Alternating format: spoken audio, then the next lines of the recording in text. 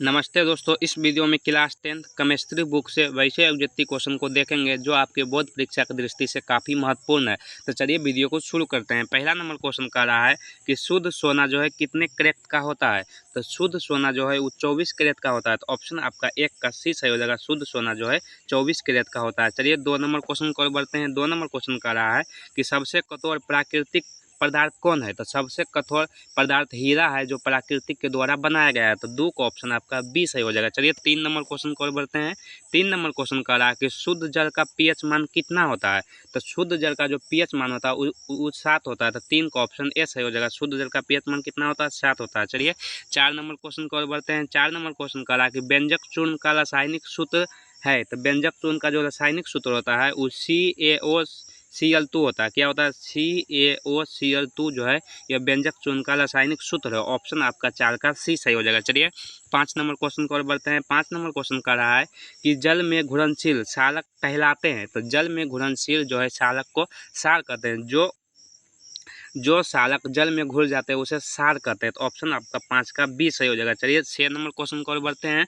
6 number question कह रहा है कि लोहा का परमाणु संख्या होता है।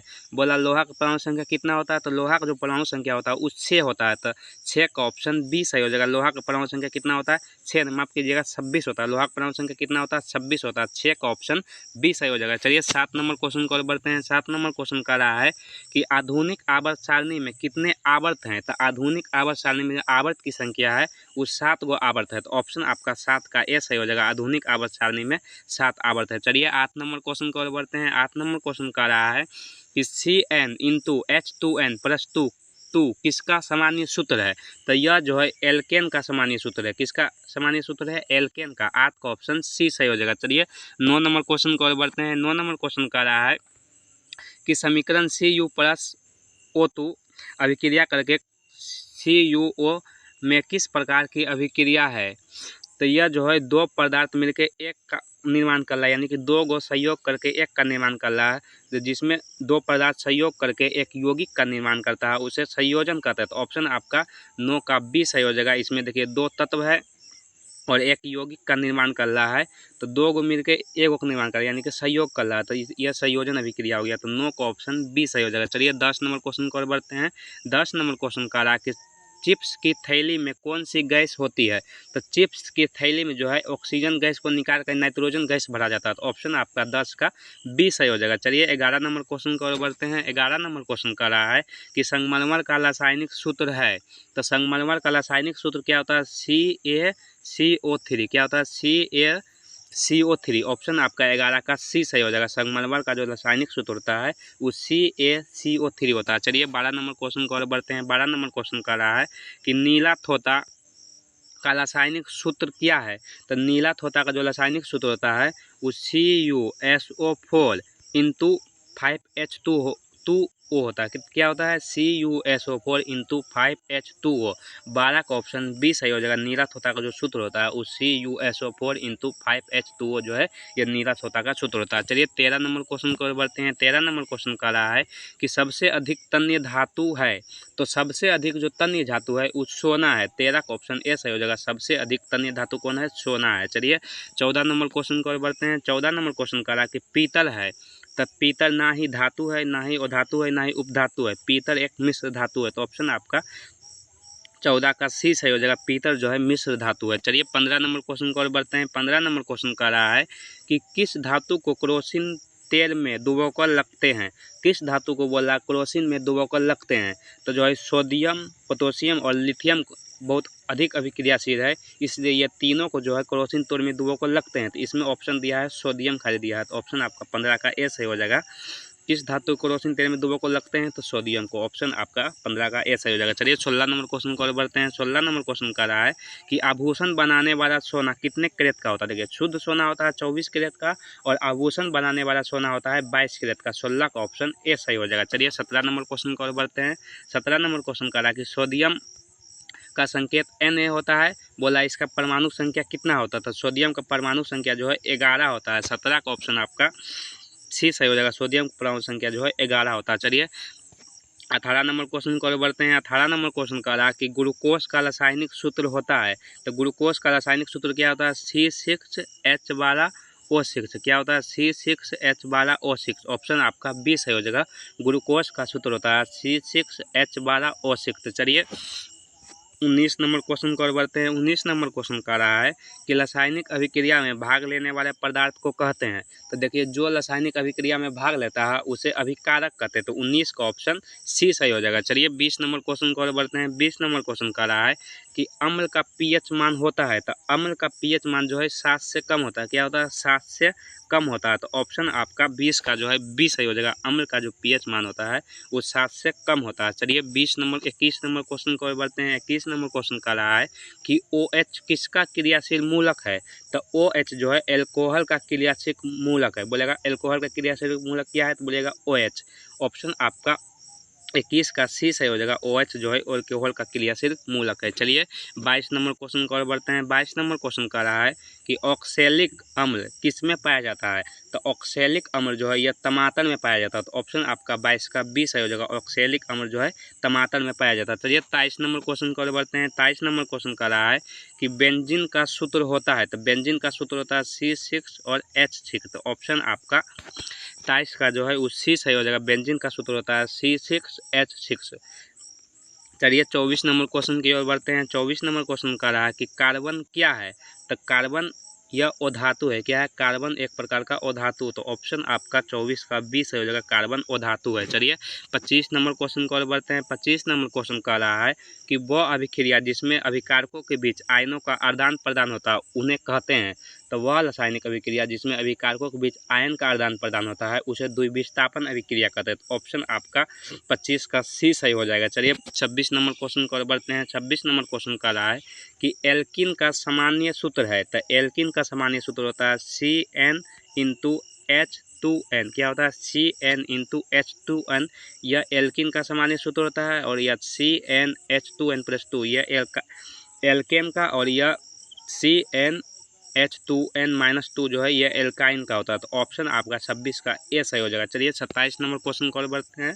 27 नंबर क्वेश्चन का रहा है कि निम्नलिखित में से कौन समीकरण संतुलित है। तो देखिए ऑप्शन ए में है कि हाइड्रोजन इस पाती दो गो है, क्लोरीन भी दो गो है, लेकिन इस पाती हाइड्रोजन और क्लोरीन एक गो है।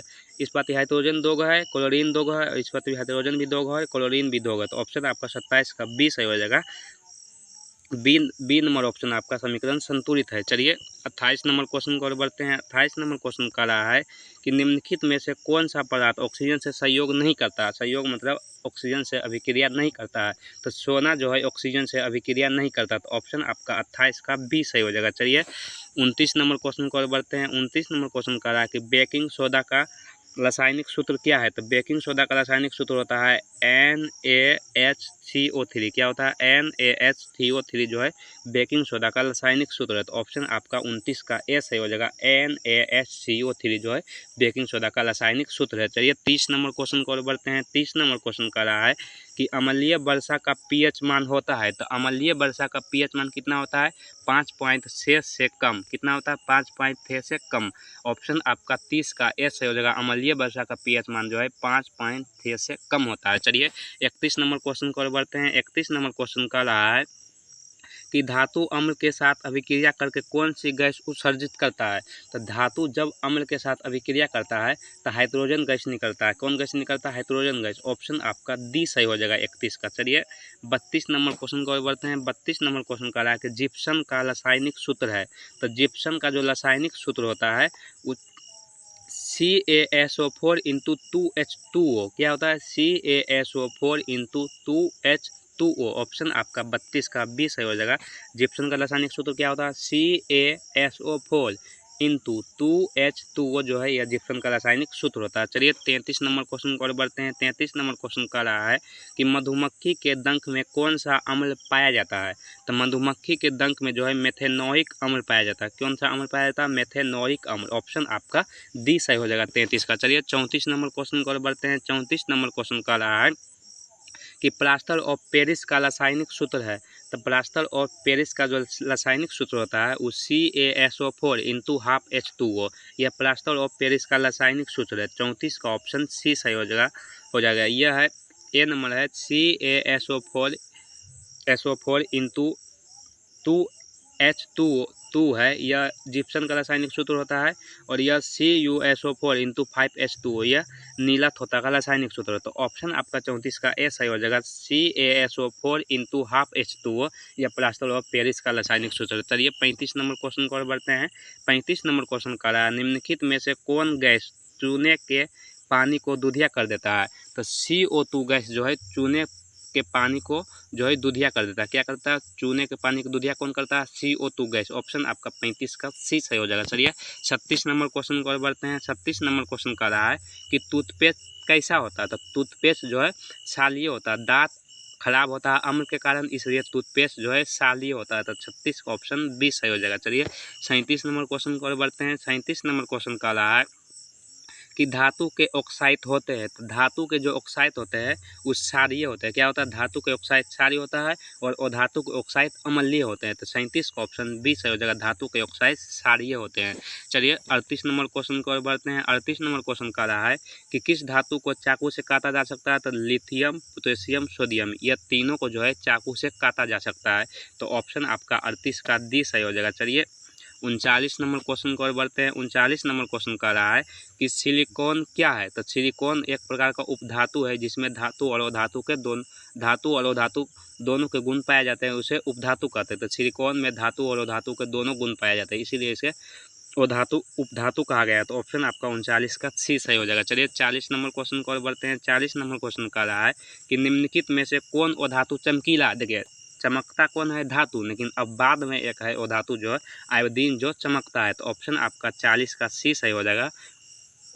आयोडीन जो है वो धातु होते हुए भी चमकीला होता है, यह अब बाद होता है। तो 40 का ऑप्शन सी सही हो जाएगा। चलिए 41 नंबर क्वेश्चन को और बढ़ते हैं। 41 नंबर क्वेश्चन का रहा है कि कौन सा धातु कमरे के ताप पर द्रव अवस्था में होता है? देखिए कमरे के ताप पर द्रव अवस्था में कौन धातु होता है? तो पारा जो है कमरे के ताप पर द्रव अवस्था में होता है। धातु पूछे तो पारा, अगर अधातु पूछे तो ब्रोमीन। तो यहाँ पूछा धातु तो हो जाएगा 41 का ये पारा। चलिए 42 नंबर क्वेश्चन को और बढ़ते हैं।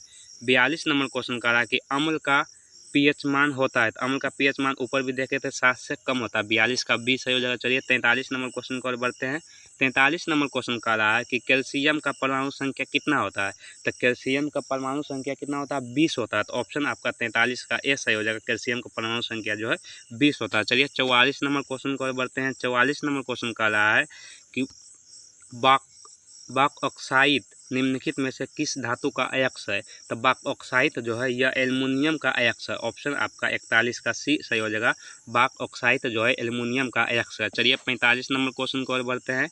45 नंबर क्वेश्चन का रहा है कि COOH क्रियाशील मूलक को क्या कहते हैं? तो COOH क्रियाशील मूलक को जो है क्या कहते हैं? अम्ल कहते हैं। क्या कहते हैं? यह COOH क्रियाशील मूलक एक प्रकार का अम्ल है, इसीलिए इसे अम्ल कहते हैं। तो ऑप्शन आपका 45 का सी सही हो जाएगा। चलिए 46 नंबर क्वेश्चन को बढ़ते हैं। 46 नंबर क्वेश्चन का रहा है कि आधुनिक आवर्त सारणी में कितने वर्ग है? देखिए आवर्त था 7 गो और वर्ग जो होता है वो 18 गो होता है। तो ऑप्शन आपका 46 का जो है 20 सही हो जाएगा। आधुनिक आवर्त सारणी में वर्ग जो है 18 गो है। चलिए 47 नंबर क्वेश्चन को और बढ़ते हैं। 47 नंबर क्वेश्चन का रहा है कि हीरा का अपवर्तनांक कितना होता है? तो हीरा का अपवर्तनांक होता है 242। कितना होता है? जो 2.42। ऑप्शन आपका 47 का डी सही हो जाएगा। चलिए 48 नंबर क्वेश्चन को और बढ़ते हैं। 48 नंबर क्वेश्चन का रहा है कि कौन वो धातु विद्युत का सुचालक है? देखिए विद्युत का सुचालक होता है धातु, लेकिन अब बाद में जो है ग्रेफाइट एक है जो अधातु होते हुए भी इसमें विद्युत धारा प्रवाहित होता है। तो ऑप्शन आपका सी सही हो जाएगा। अधातु कौन विद्युत का सुचालक है? तो ग्रेफाइट। तो चलिए 49 नंबर क्वेश्चन को और बढ़ते हैं। 49 नंबर क्वेश्चन का रहा है कि कार्बन की परमाणु संख्या है, तो कार्बन का परमाणु संख्या जो है वो 6 होता है। ऑप्शन आपका 50 का ए सही हो जाएगा। चलिए 49 का ए सही हो जाएगा। कार्बन की परमाणु संख्या जो है वो 6 होता है।